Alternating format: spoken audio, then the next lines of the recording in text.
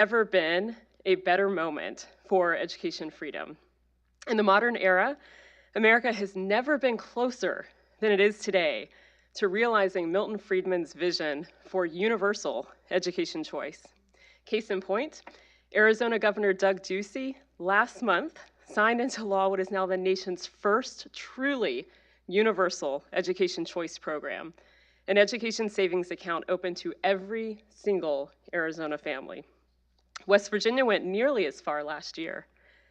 Today, 32 states and the District of Columbia operate 76 private school choice programs. To be sure, there's still very far to go. Despite all of that progress, just 600,000 children are enrolled in private school choice options across the country, compared to nearly 50 million in public schools. And of course, teachers' unions remain a powerful and counterproductive force in K-12 education. But we're here today to showcase a new coalition that will bring the dominance of special interest groups in government-assigned schooling to an end. This coalition understands that the ultimate objective of education choice is freedom for families to select into learning environments that align with their values. This values-based case for school choice is at the heart of what my colleague Jay Green has deemed Education Reform 2.0. And that is what today's conversation represents: a coalition of organizations reflecting not just education choice groups, but also groups like Moms for Liberty, here today, and partners like Parents Defending Education, the Alliance Defending Freedom, and the Independent Women's Forum, who understand that the school choice movement is a solution to current cultural battles. That's also at the heart of new efforts like the Promise to America's Parents, developed by the Alliance Defending Freedom and rooted in accountability to parents, education choice, and transparency. But finally, before I introduce our speakers, mark your calendars, slide please, because on September 9th, the Heritage Foundation will be releasing our first ever Education Freedom Report Card showing just how well states are or aren't doing on education choice and a host of other education freedom measures. We look at education choice, regulatory environment, academic transparency, and return on investment. So place your bets now for which state you think will end up on top. It is now my pleasure to introduce a great lineup of speakers we have with us today. I'll welcome them all up on stage. Dr. Kevin Roberts is president of the Heritage Foundation. Dr. Roberts previously served as the chief executive officer of the Texas Public Policy Foundation. Dr. Roberts has a deep passion for education. After earning his PhD in American history from the University of Texas and spending several years teaching history at the collegiate level, Dr. Roberts founded John Paul the Great Academy, a co-ed K-12 Catholic liberal arts school in Lafayette, Louisiana. He served as the Academy's president and headmaster for 7 years, and in 2013, he resigned from the Academy to become president of Wyoming Catholic College. Tiffany Justice is the co-founder of Moms for Liberty, an organization dedicated to fighting for the survival of America by unifying, educating, and empowering parents to defend their parental rights at all levels of government. In 2016, Tiffany also began serving a 4-year term on the School District of Indian River County, Florida School Board. Dr. Corey DeAngelis is a senior fellow at the American Federation for Children. He is also the executive director of the Educational Freedom Institute, an adjunct scholar at the Cato Institute, a senior fellow at the Reason Foundation, and a board member of the Liberty Justice Center. Dr. DeAngelis has authored or co-authored over 40 journal articles, book chapters, and reports on education policy, and he's the co-editor of School Choice Myths, Setting the Record Straight on Educational Freedom. Moderating our conversation today is Kaylee White, a commentary writer and the deputy editor of Restoring America for the Washington Examiner, focusing on religion, politics, and culture. Please join me in welcoming our panelists.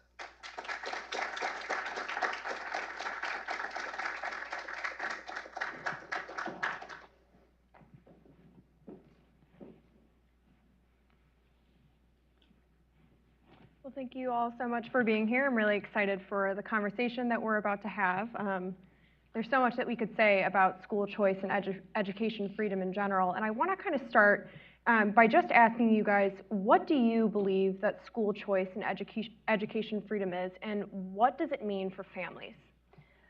School choice and educational freedom to me means trusting parents to make the best decision for their children.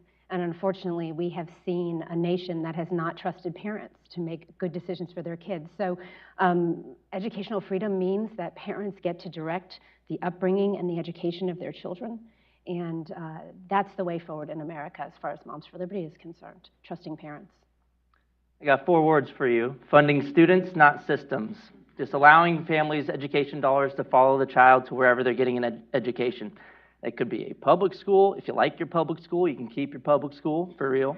But if not, you'd be able to take that funding to a private school, a charter school, or a home-based education option. We already fund people directly when it comes to higher education with the Pell Grant and the GI Bill. We already do this with pre-K programs and Head Start. The funding follows the decision of the family. You can take the money to a private religious pre-K provider with Head Start, for example, if you want.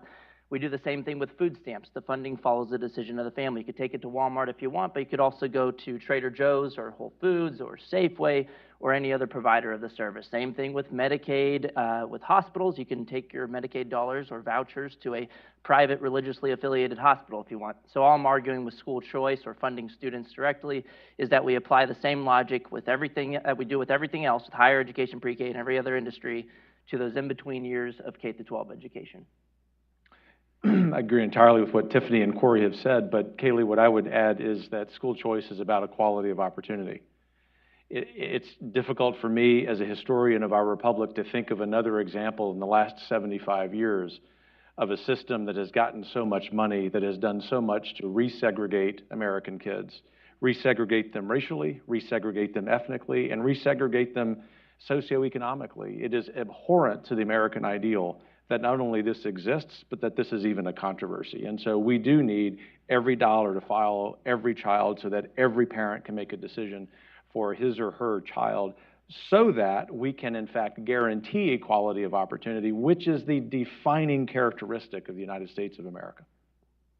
And it seems like the school choice movement has gained a lot of momentum over the past couple of years, specifically because of the COVID pandemic and because of school closures and the things that parents realized their children were learning.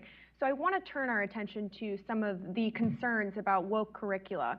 Would parents having the power to send their child to the school of their choice put a lid on woke curricula? Would it help it? Yeah, totally. I mean, there's a lot of reasons for school choice, and we've made the test-based argument for a long time historically with school choice that, you know, your kids are stuck in a failing school because of the math and reading test scores, but there's another kind of dimension of quality that parents started to look into in the past couple of years, which is whether the school is aligned with your values. So now with school choice, you could have the funding follow the student to an institution that best aligns with their values and meets your needs in other ways as well.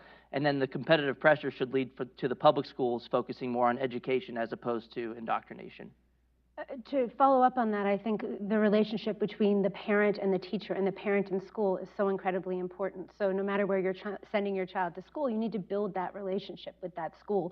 So I don't think that school choice or the idea of educational freedom frees us from worrying about a lot of this woke ideology creeping into schools. We know now, parents saw during the pandemic, sometimes when they wanted school choice, it wasn't there for them in their communities, but they also saw sometimes they would move their child into another school that they thought was a safer place, and it wasn't. And so really what you need is informed decision makers, parents with a lot of information about what a good quality education looks like for their child, making those decisions about what's best for their child. And that really, again, starts with that relationship between the parent, the child, and the school having good communication. And I'd say because school choice increases transparency, it provides data in the market, so to speak, that doesn't exist now. It breaks up the monopoly that government-funded schools have. What it does in putting power in the hands of parents is highlight something we learned because of COVID, to your point, Kaylee, and it is that the more parents discovered the curricula that were being offered to their kids, the more unpopular critical race theory became. There is a direct correlation. Now, the two great patriots sitting between us deserve a lot of credit for highlighting that. They provided the ammunition for parents to go into their school boards and say, in spite of the fact you're not answering our questions, in spite of the fact that you're obfuscating, in spite of the fact that you're calling us domestic terrorists, we demand on behalf of our kids, but this is really important, on behalf of every American child, because this is America, that you stop teaching that nonsense. And I think the more, as we go into the next round of state legislative sessions, we can really push toward every dollar following every child. You're going to see that transparency. Most American families, let's face it, are going to decide to keep their kids in public schools. That can be fine, provided we also recognize, if you think about the research of Dr. Burke, and Dr. DeAngelis, Dr. Green, that where school choice exists, public schools improve in every measure. We really ought to have the optimism as Americans to embrace this. And to follow up on that, for a lot of my time, even as a school board member, I heard school choice, school choice, school choice. It was like school choice or die. And I think it's not school choice and not public education, but school choice and public education and reforming that system and recognizing that there are children being educated in America that right now are being taught that America isn't a very great country. Is that what we as Americans want being taught in our public schools? And I think it's a question that every American, not just parents, need to really grapple with. I want to make sure we don't gloss over all the victories that we've seen over the past 2 years. We should take a moment to thank Randy Weingarten and the teachers unions for doing so much to inadvertently advance the concept of school choice and homeschooling than anyone could have ever imagined over the past couple of years. She overplayed her hand. You had the teachers unions lobbying the CDC to keep the schools closed, hurting kids academically, mentally, even physically. In some places, 2 weeks to slow the spread turned into 2 years to flatten a generation of children. You had the Chicago Teachers Union tweeting out that opening schools was racist and sexist and misogynist. They overplayed their hand and showed their true colors, and we're all better off for it because in 2021, we're deeming it the year of school choice. 19 states expanded or enacted programs to fund students as opposed to systems. The biggest school choice expansions in a single year that I've ever seen. And then, as Lindsay mentioned earlier, Arizona just went all in and one-upped all those other states and said, you know what, we're going to expand educational freedom to every single student, every single family, regardless of income. They're going to be able to take their kids' state-funded education dollars to the education providers of their choosing. And in Arizona, they have the slimmest of majorities. They have a one-seat GOP majority in the House and the Senate. So they all had to show up, vote for the party platform issue, and they got it done. And that makes me optimistic going forward for other states, particularly red states, to empower every single family to have educational freedom. But domestic terrorists, that backfired on the NSBA. 26 states left the NSBA. We might as well call them the Regional School Boards Association at this point. It turns out those domestic terrorists vote and they push back, and they're a new special interest group, parents who are going to win the battle in the long run. And you can call us whatever you want. We're not going to stop fighting for kids. So speaking of Randy Weingarten, Democrats and the left have made themselves out to be the party of the little guy for years. So why is it that they oppose school choice so vigorously? What is the motivation for them to oppose giving parents the power to direct the education of their children? Because it undermines their power. Sorry, Tiffany, I'll be really brief. It undermines their power. And in fact, it's a misnomer to think that the American left, the Democrat Party, is the party of the little guy when you think about the just deplorable consequences of the not-so-great society and the ridiculously named war on poverty. Building out government-funded schools is part of that. We ought to, as conservatives, really embrace the project of public schools because it's part of our tradition of transmitting American ideals from one generation to the next. The working class movement is a center-right movement in the United States, and the radical left is all about accruing power in the hands of Randy Weingarten, the teachers' unions, and bureaucracies and systems, as Corey has written about very articulately. It's really important, therefore, Kaylee, to wrap up here, that conservatives who haven't spent a lot of time on education reform recognize this is the civil rights issue of the 21st century, period. And American parents got to see very clearly the hold that unions had. As a school board member, I remember sitting in bargaining sessions and saying, okay, well, the district is bargaining for the district and the unions are bargaining for the union, really the people at the table, to be honest. As you see, I call Randy the arsonist who pretends to be the firefighter. And so you have people, the union, and who's bargaining for the kids? Who's bargaining for the parents? I watched unions stifle innovation in school districts. controlling things that you would never imagine a union would be controlling. Is your kid eating lunch at 9:30? Well, it's probably because of the bargaining contract. You need to look that up if you're a parent, right? And then America, all of America got to see, as parents were struggling through the pandemic, the unions working to keep schools closed. And then you fast forward to even the representative assemblies and the meetings that they've had, and you look at the agenda and the things that they're concerned about: climate change, abortion, foreign policy. Randy Weingarten talking about Ukraine constantly. Focus on our children. American children aren't learning to read in school. What other industry would you pour more and more money into and have the outcomes that we have? If you were a surgeon and 2/3 of the kids died on the operating table, would we still let you operate on children?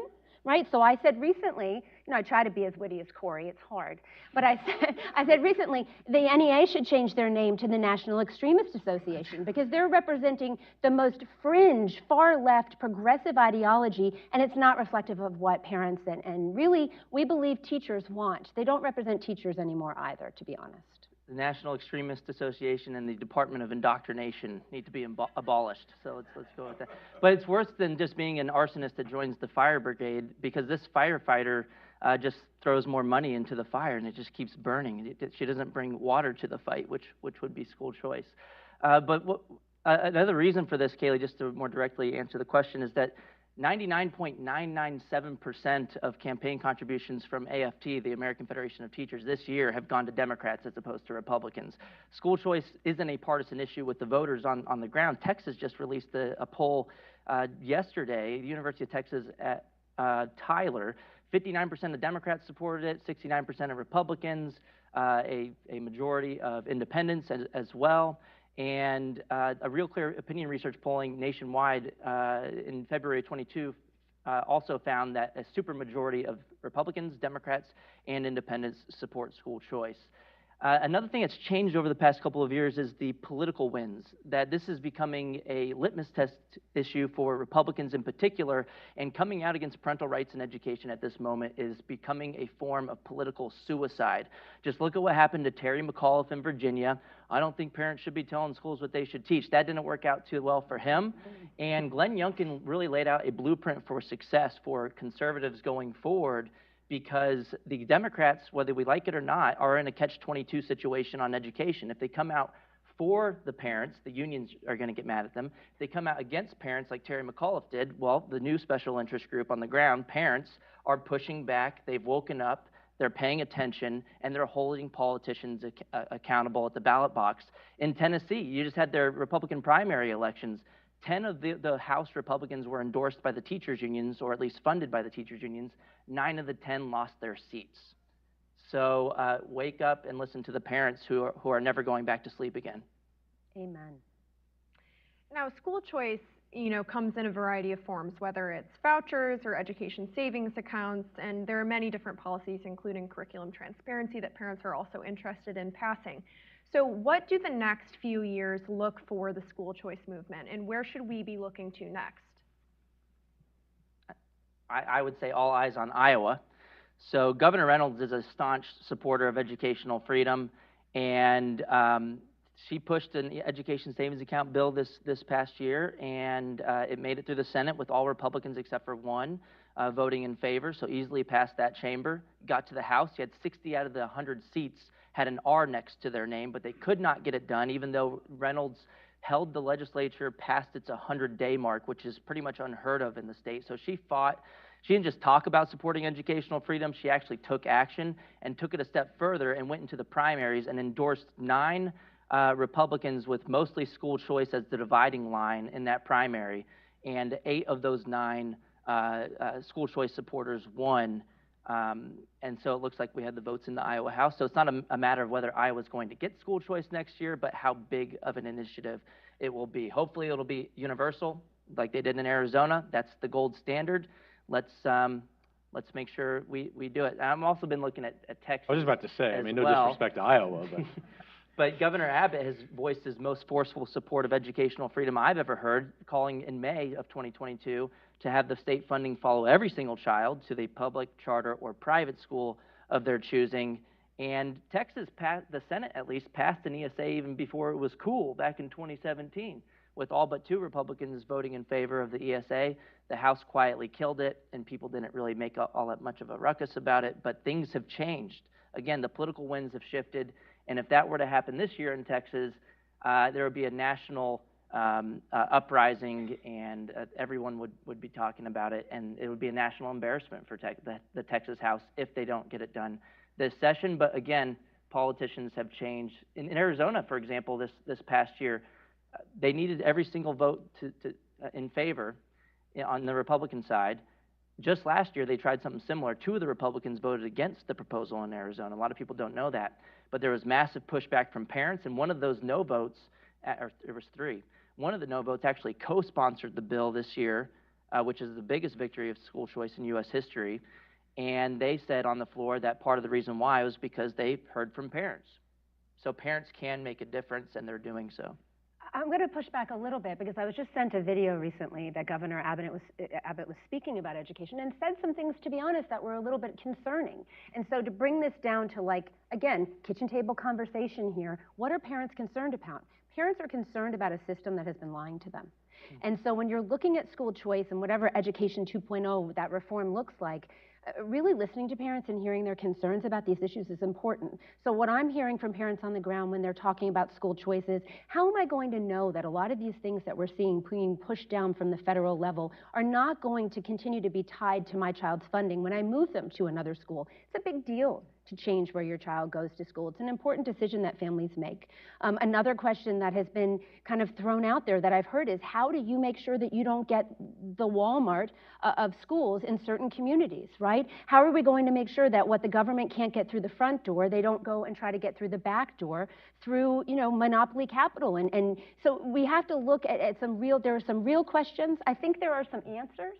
But I think if we really want to move forward in a transparent way, building trust with parents, which is what we want to do. We want parents to feel good about their kids' education because they know that their children are getting what they need to be successful in life. So I think moving forward, there has to be transparency even in the school choice movement. We have to be willing to listen to the hard questions and be able to answer them in a transparent and open manner so we can all move forward together.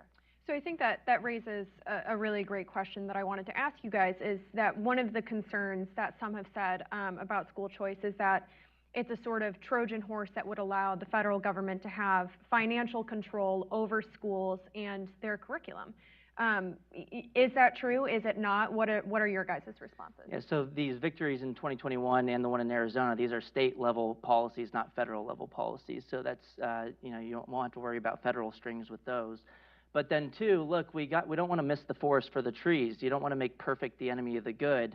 I understand the libertarian utopia of having no government involvement in education. I'm actually a libertarian-leaning individual myself.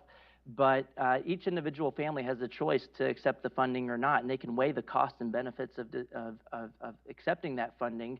But we shouldn't be able to tell another family that they shouldn't have the option to accept the funding or not. And the person who's really excited about the infighting about whether this is going to be a step in the right direction or not, I think it is. I think most people believe that is an incremental win. Is Randi Weingarten on the sideline. She's even repeated this argument on Twitter that, oh, this is going to control private education. Is she saying that because she's a libertarian and against government control? Absolutely not. It's because she understands that if the incremental win doesn't happen, what we are left with is the status quo, her monopoly. Kids are stuck, and families are forced to take their kids' education dollars to a residentially assigned government-run school. And as far as having Walmart schools pop up, I haven't seen that. We have like over 60 school choice programs nationwide. And even if it did, I would prefer that than government-run institutions. At least you have an individual choice. A public monopoly is much worse than a private monopoly, which I don't think those exist without government involvement. But look, the great economist Thomas Sowell said it best. There are no solutions, there are only trade-offs. Each policy switch or policy solution has costs and benefits associated with it. And the people who are making perfect the enemy of the good with school choice are focusing on one possible cost that might happen in the future while ignoring the real guaranteed cost of the status quo.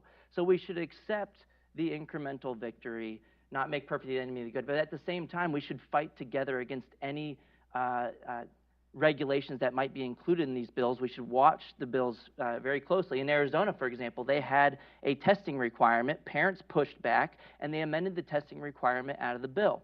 And the last thing I'll say before moving forward is that the government can regulate private education if it wants to today without giving us a choice. So we might as well allow families to have the opportunity because the government can, I mean, look at in 2020, you had Elizabeth Bartlett from Harvard University calling to ban homeschooling without school choice involvement at all. So you might as well get a bigger coalition on our side to defend against those future calls for regulations by having more people experience private education and homeschooling. And when that happens, society tends to have a more favorable view of things that are more mainstream. So if you have more opportunities to participate in private education, the likelihood of those calls for future regulations is much lower. And then look, 9 out of 10 kids are in government-run schools today, and these institutions are cranking out little socialists that are going to vote for big government in the future. And you might as well allow for an escape hatch, which isn't perfect again, but it's better than what we have. And we should all join arms and fight together against any calls for regulations going forward.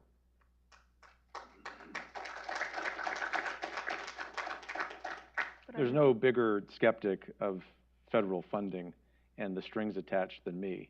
When I was president of Wyoming Catholic College, we told the U.S. Department of Education to keep its federal student loans and grants. We then had to tell our accreditor that it wasn't their business that we were doing that. So I say that to empathize with those friends, especially on the political right, who are concerned, as Corey described aptly, about strings being attached. Having said that, all of these programs are built around each parent, each family making that decision, and to Corey's point about the trade-offs, assessing what those trade-offs are. One of the things, to go back to Corey's comment about the 2017 bill that passed the Texas Senate, is that we fought at Texas Public Policy Foundation against was an overwrought regulatory environment that would have taken that choice out of the hands of parents. So it's really important for people who are concerned about that to be part of the process of bill writing, part of the process of advocating for that legislation to minimize the threat of those strings being attached. But I'll conclude by saying this. The school choice effort is but one part of reimagining American education. Simultaneously, we at Heritage, with the help of many in this room, will be ending the accreditation cartel in the next decade. And then by New Year's Eve, 2029, it is our goal at Heritage to host a party which we celebrate the end of the U.S. Department of Education.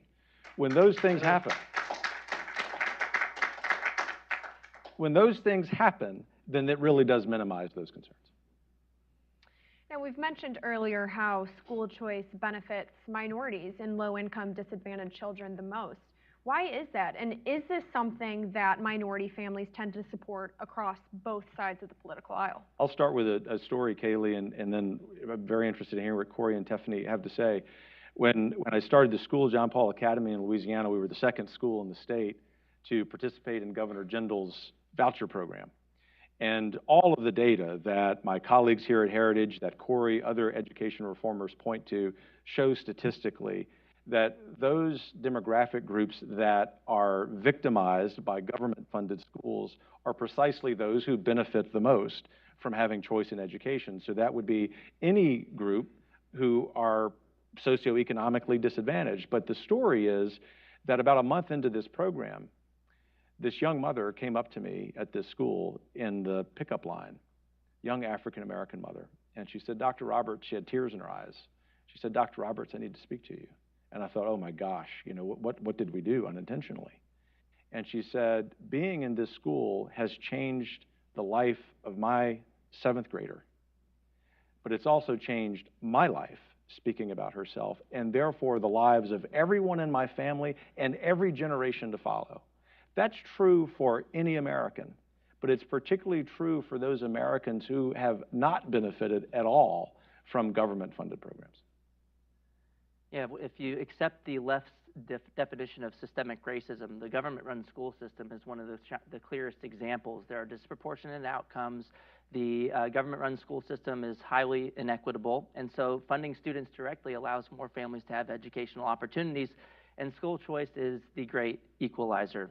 And if you look at the poll that I talked about from UT Tyler just yesterday, the highest support of the breakdowns on the crosstabs in that school choice question was among Black and Latino individuals, respondents on the survey, even higher than white respondents. So there's survey work suggesting that as well. And then if you just look at on the ground, when these programs are implemented, non-white families are disproportionately more likely to use them. If you look at the Florida Tax Credit Scholarship Program, that's the case there.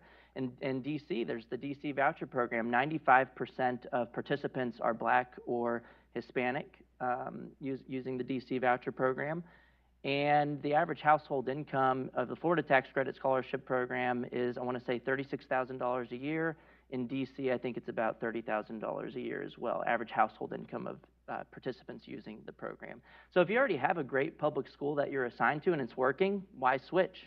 You know, again, if you like your public school, you can keep your public school. That's part of the option set. This isn't private versus public. This is choice for families.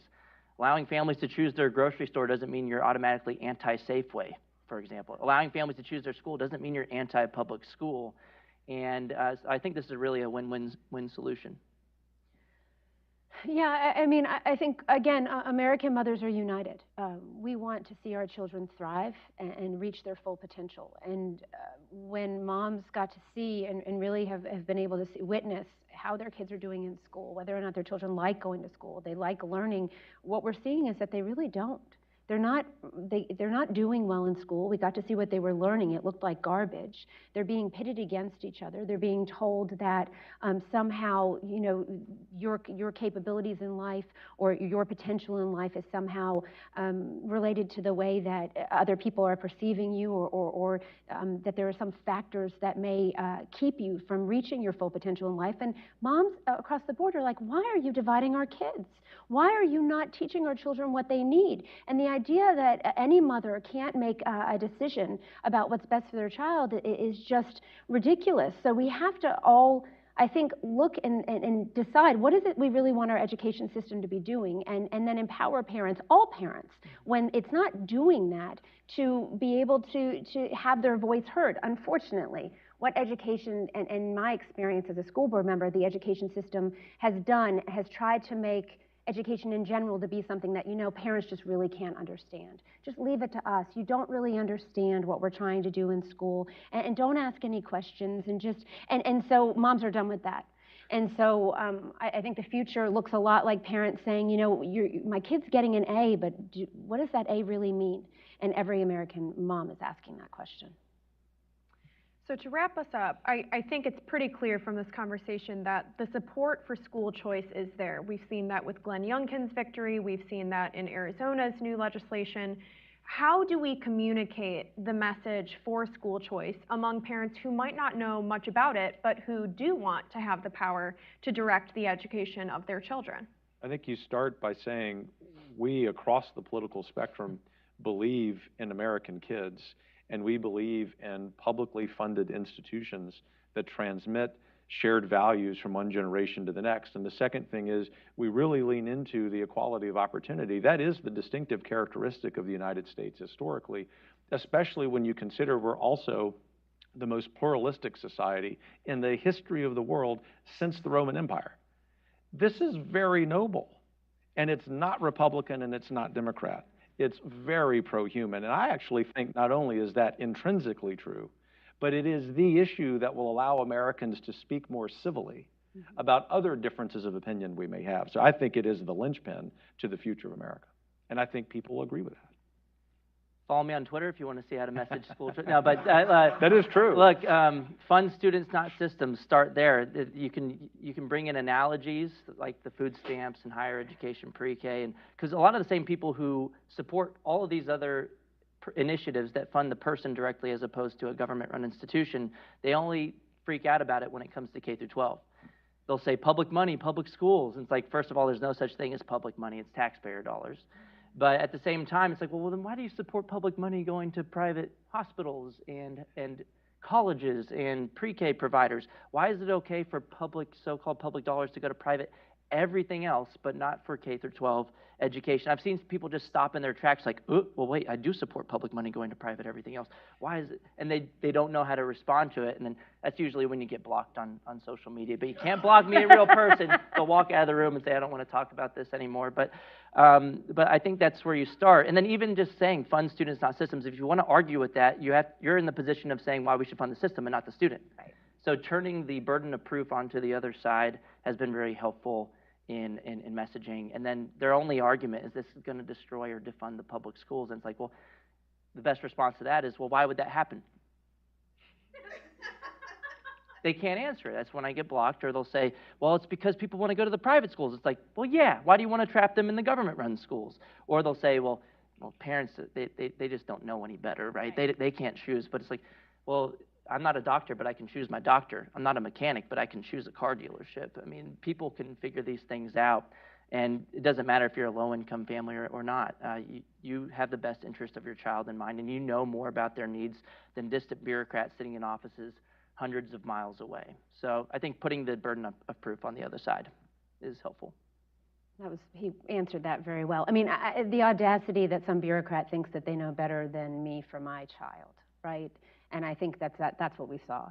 And even as an elected school board member, I watched as other elected school board members abdicated their authority. So it's really important that we just re-engage at every level of government in the United States. And what we're doing at Moms for Liberty is really encouraging parents and people in their communities to get involved and run for office. I think that more people talking about what it is we really want the primary duty of schools to be, which is educating students, is important. And there's room and space for everyone in this conversation. I think everyone kind of brings a different perspective to this fight, and it's important to hear everyone's voice. Great. Well, I think we're going to take some questions from our audience members at this point. If anyone has questions. Thank you for a wonderful conversation. I'm from California. We recently had an ethnic studies curriculum public review, which struck a lot of really bad material out of it, which was then immediately poured into the teacher training materials. And when parents tried to access that, oh, it's private material, it's under contract, we can't share it, not subject to review. All the evils being poured into teacher training. How do we address that? Pass laws in state legislatures to require that all of it be transparent. And you will see the little demons that protect that money run for the hills. And I mean that intentionally.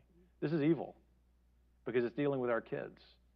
And in the name of a right that doesn't exist, this is a public entity using our darn money, they are imposing unjust, evil doctrines on our kids.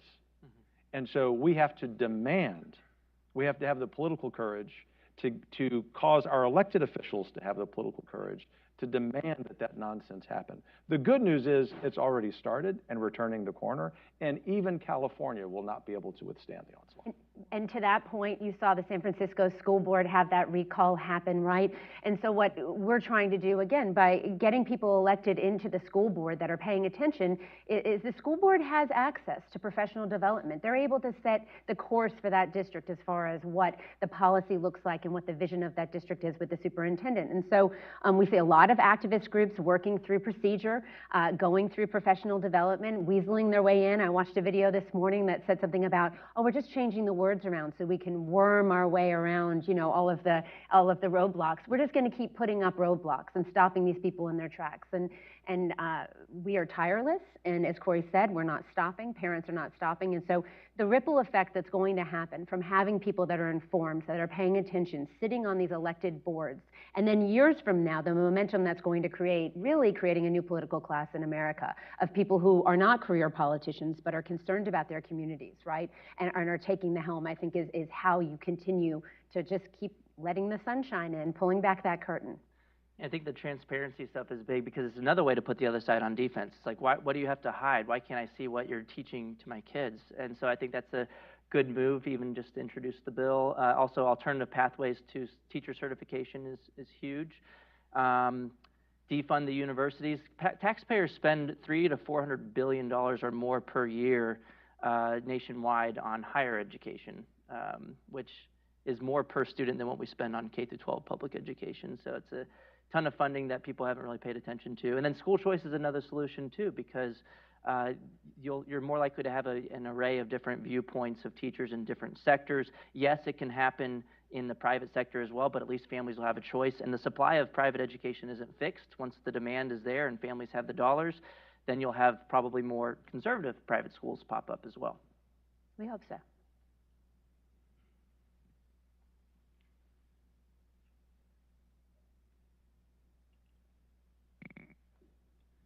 Hi, everybody.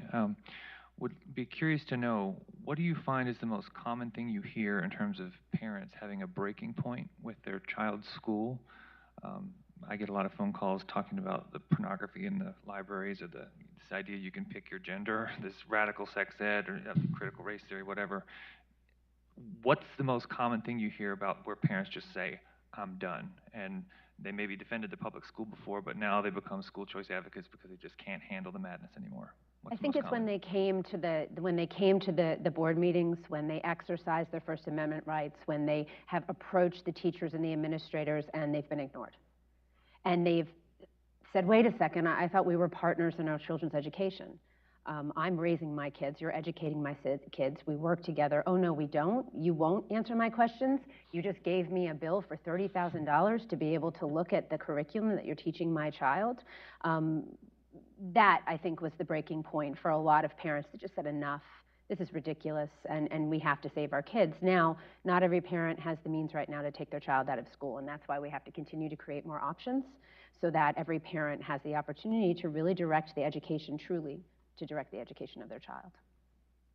I think we want to be careful too with, I think a lot of the problems are the value-based problems. Families who thought their kids were in great public schools started to see, look, you're brainwashing or indoctrinating my kid for 13 years. I need to pull them out now. And I think that has really been part of the success over the past couple of years with school choice. But some legislatures have just been proposing bans on certain concepts, which I think could be a step in the right direction. But we're seeing videos come out from a group called Accuracy in Media, states that have bans, Idaho, Iowa, Tennessee. They're catching people with undercover journalism, the administrators and the teachers saying, yeah, we have a ban, but I'm just going to call CRT social emotional learning, or I'm just going to call it student mental health, and we're going to incorporate the concepts even if it isn't explicitly in the curriculum.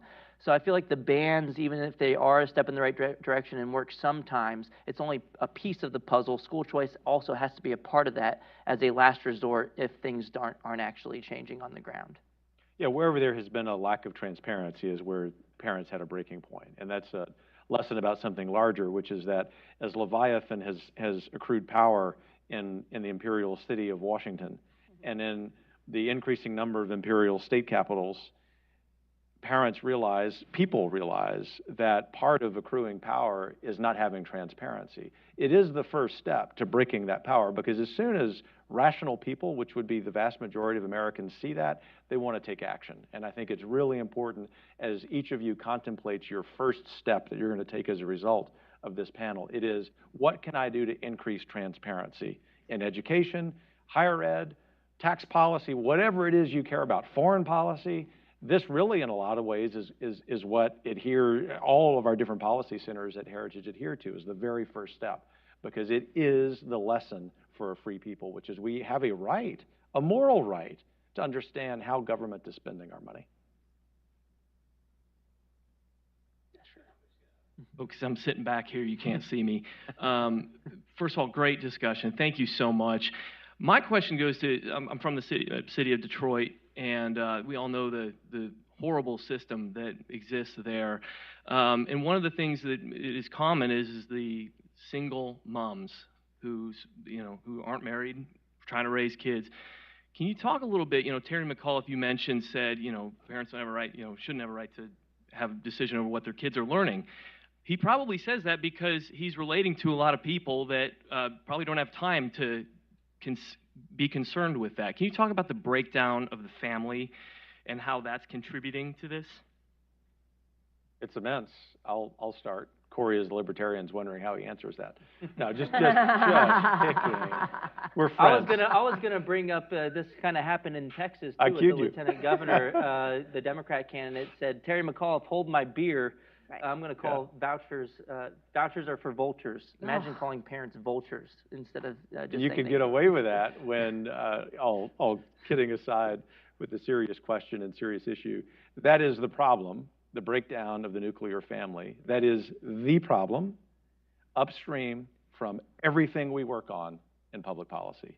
And therefore, if we can culturally and socially, outside of politics and policy for the most part, focus on that in sort of our second step as a result of this panel, then we begin 10, 20, 50 years down the road to have less of a problem. But we are kidding ourselves as a people, kidding ourselves, if we think we can solve any public policy issue without first restoring the nuclear family.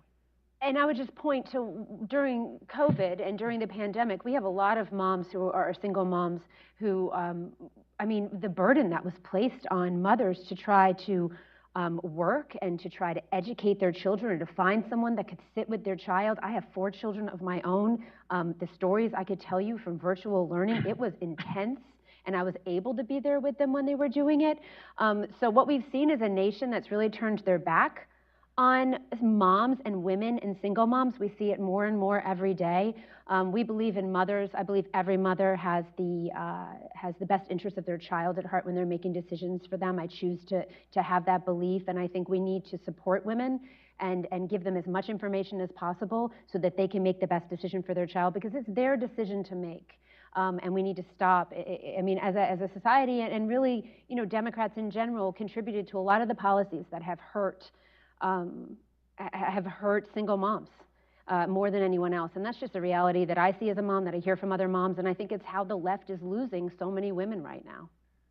I think school choice could lead to a higher likelihood of having an intact family. Patrick Wolf at the University of Arkansas, along with Brad Wilcox, did a study finding private education being associated with a higher likelihood of an intact family, a lower likelihood of divorce. I did a study with Patrick Wolf on the Milwaukee voucher program using student-level data. One, we found that it led to a reduction in the likelihood of criminal activity by the time the students were 25 to 30 years of age, but we also found a 38% reduction in paternity disputes. There have been other studies, such as one by Harvard and Princeton researchers, Dobby and Fryer in New York City, their Harlem Children's Zone charter school.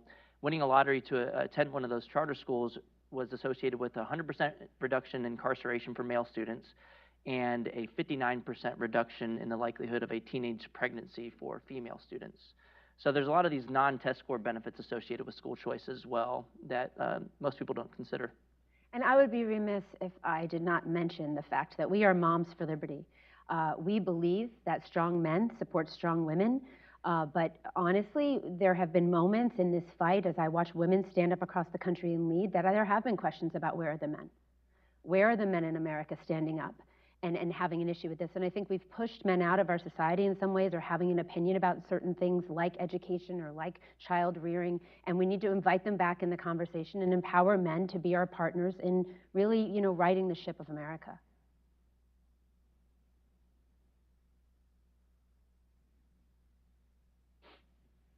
Joel mentioned Governor Youngkin multiple times, and as a Virginia resident, I'm hopeful that he will do something with education freedom, but I haven't seen too much evidence that that is what's going to happen.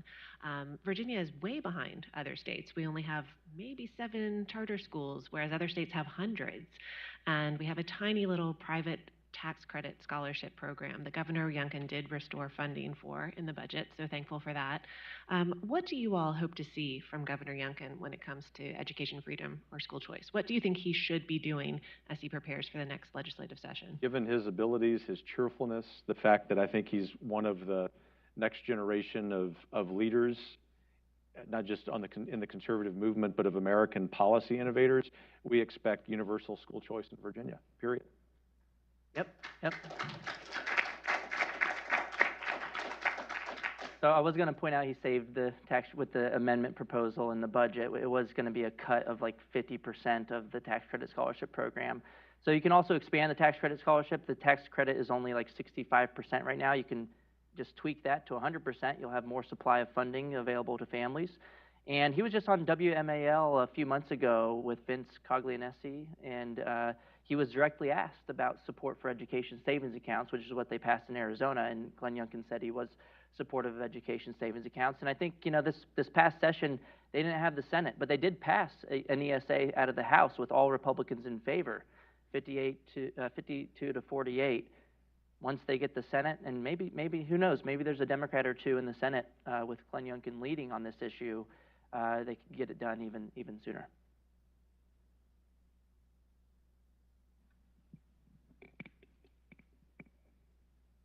Hi, thank you all very much. You talked about 100% reduction in incarceration rates. Those are pretty damning statistics for the other side, and yet it sort of seems like their ranks are still growing.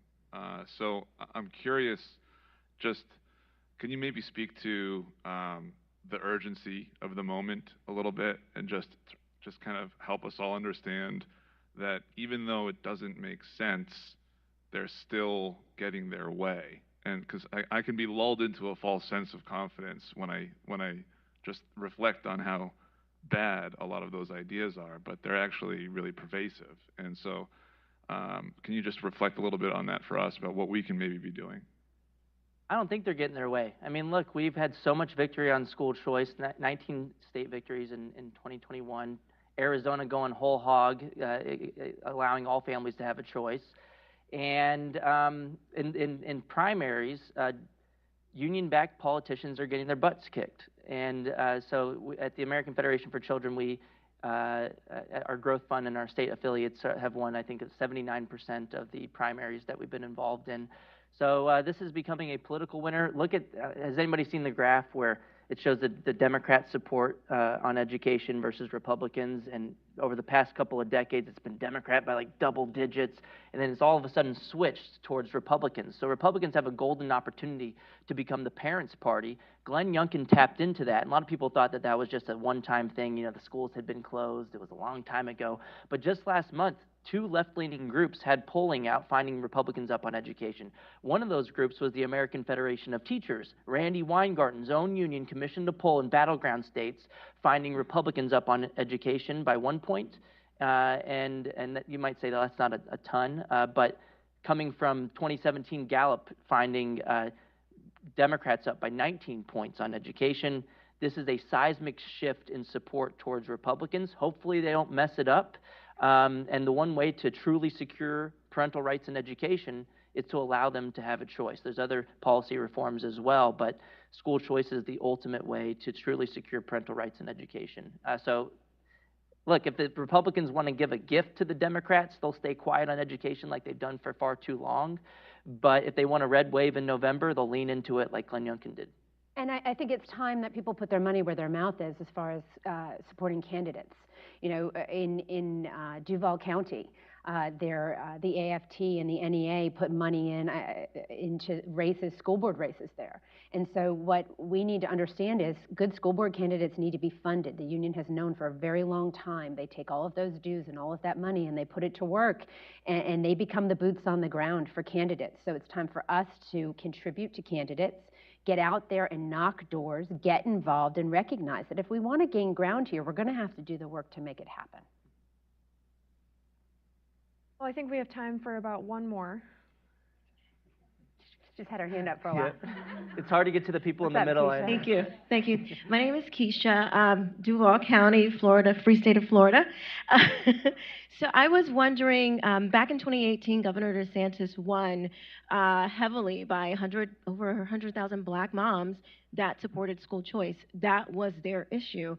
Corey, in particular, where do you see school choice going in Florida? Because I think we could expand it. Yeah, I mean, just last month, Governor Ducey basically walked up to Governor DeSantis and snatched the school choice championship belt out of his hands, because for a long time, Arizona and Florida were neck and neck, leading the way on educational freedom. But Ducey just signed into law the most expansive by far school choice initiative, empowering every single family.